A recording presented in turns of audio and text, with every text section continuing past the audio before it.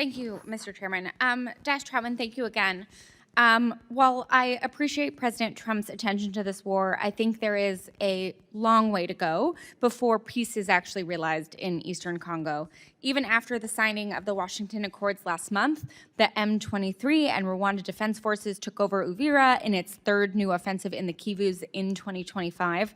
So while I was glad to see Secretary Rubio's and Ambassador Waltz's tough messages towards Rwanda, including that they will use tools at their disposal to hold Rwanda accountable, we have yet to see any of those tools deployed nearly a month later. What punitive measures, including sanctions, is the U.S. prepared to take against Rwanda and the M23 to force their full retreat to 75 kilometers from Uvira that the United States has pushed for and to hold them accountable for violating the Washington Accords? Thank you, Ranking Member, for the opportunity to address that. As I mentioned, we continue to hold all options on the table to incentivize changed behavior and incentivize Rwanda to comply with its obligations under the Washington Accords. We continue to believe that the Washington Accords are viable and that once we return to a state of compliance, we can continue with our oversight of that process. Is there a timeline we can expect actual concrete consequences to be rolled out? Sure. So we continue to discuss at the highest levels which consequences might be levied. I will say that we have been very clear that this issue does affect all aspects of our bilateral relationship. We would be much farther along in implementing our bilateral economic MOU and other bilateral agreements and arrangements with Rwanda were it not for this grave miscalculation. So we will continue to put pressure through all avenues. Okay, but you can't give me an actual timeline of when we will see actual consequences? Those decisions are above my pay grade, but we do continue to discuss. All right, and as you know, the FARDC and Wazalendo forces have moved into Uvira. How is the U.S. engaging with the Congolese government to ensure a return of the civil administration to the city rather than military governance? Thank you for your attention to the situation in Uvira.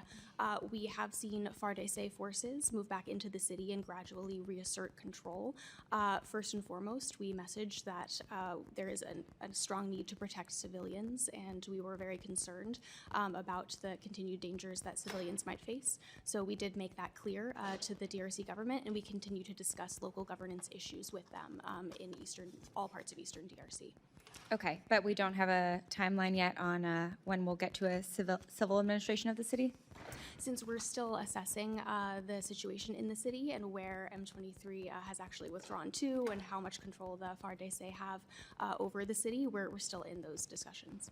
All right, and then my office is receiving reports of abductions and reprisal attacks against the Banyamulenge in Uvira by the Wazalendo and other unidentified armed elements. What steps is the U.S. taking to mitigate civilian protection risks to residents of conflict-affected communities in and around Uvira? Thank you for that question. We remain very engaged with the DRC government in emphasizing the importance of protecting civilians and using channels of communication with other groups, including Wazalendo, to emphasize that reprisals cannot be seen in these communities. I think this is a good time to also bring up the humanitarian access issue. Unfortunately, we continue to see obstruction of humanitarian efforts really by all sides, and that really affects the reporting that we're able to get on the situation on the ground, and of course it affects the assistance that the communities in need are able to receive. So we continue to push all sides to allow unfettered humanitarian access to these areas. All right. I want to turn now to the importance of civil society. I appreciate that you acknowledged how important they are. I'm glad to hear that the plan is to have the AU do some consultations, but what is your response to criticism from Congolese opposition and civil society figures, including Nobel laureate Denis Mukwege, that the U.S.-backed peace process has effectively rewarded Rwanda with pledges of U.S. investment for attacking DRC? Thank you for that. So we do continue to engage civil society, especially at our embassy level. Our embassies are quite engaged with local groups, especially in designing the regional economic integration framework. They were consulting a variety of groups in developing that key economic aspect of these agreements.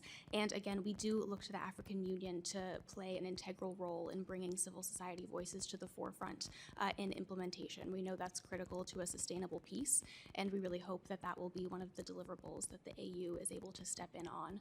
I think that's what I would say for now. Okay.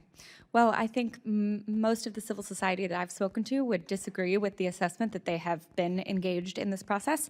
So I would urge you to rectify that situation because the Congolese have, been privy to 3 decades of failed peace agreements, and I think those civil society groups on the ground know what's needed to actually be able to make this durable. With that, Mr. Chairman, I yield back.